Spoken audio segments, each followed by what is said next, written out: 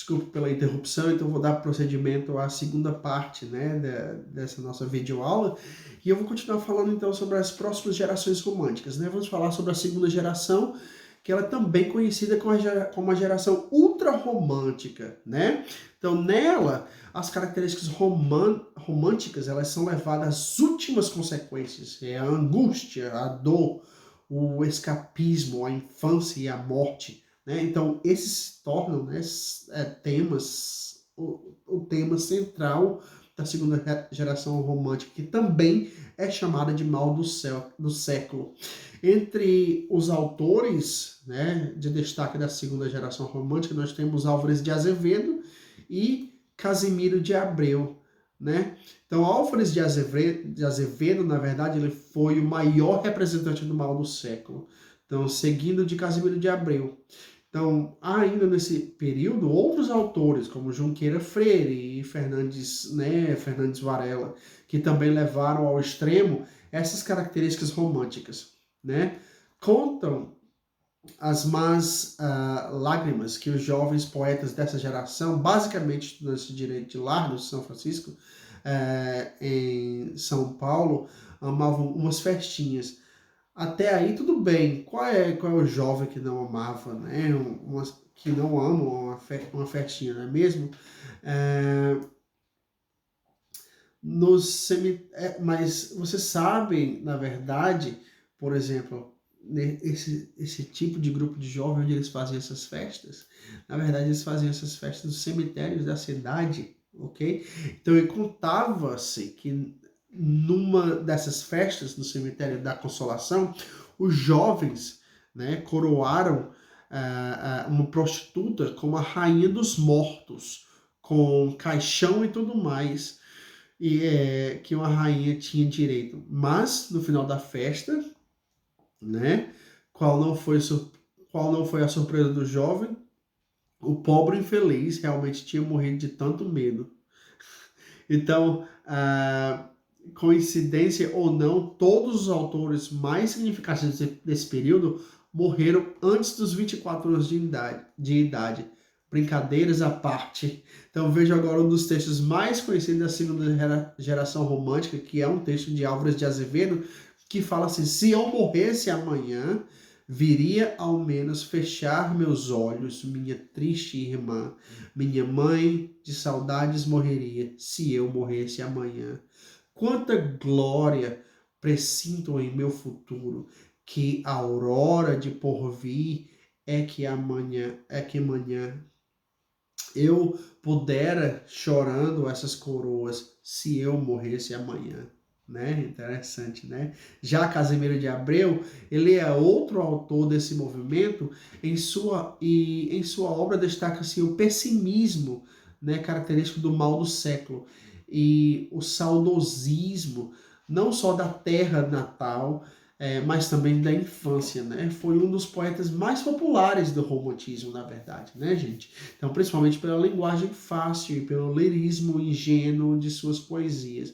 Vejam bem, nós temos aqui um fragmento, né? Vocês podem acompanhar comigo, que fala meus 8 anos, né? Então fala assim: ó, que saudade que tenho da aurora de minha vida, da minha infância querida, que os anos não trazem mais, que amor, que sonhos, que flores, naquelas tardes fagueiras, à sombra das bananeiras, debaixo dos laranjais, né?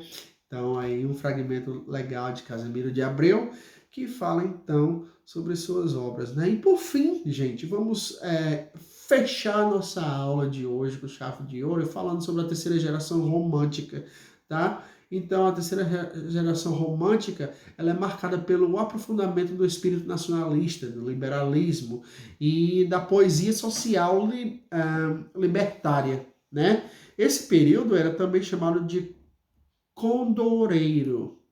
Mas de onde então, gente, que vem a palavra condoreiro? Condoreiro, ele vem do condor. O condor, ela é uma ave que consegue voar acima das cordilheiras dos Andes. Como assim eram os ideais dessa geração. Os poetas condoreiros, ok? Eles tinham ideias tão elevadas que semelhante a voos de ave podia alcançar grandes alturas, ok? Então o grande poeta, destaque desse período é Castro Alves, que tinha como temas principais a escravidão, a república e o amor erótico, ok? Então, vejam bem, sua poesia abolicionista de denúncia das injustiças e repúdio pela escravatura. Castro Alves, na verdade, gente, ele até hoje ele é conhecido como o poeta dos escravos, né? Entre o fragmento que nós vemos aí no nosso material, ele é chamado de um navio negreiro, né? Ele diz assim: estamos em pleno mar de firmamento, os astros saltam como espumas de ouro.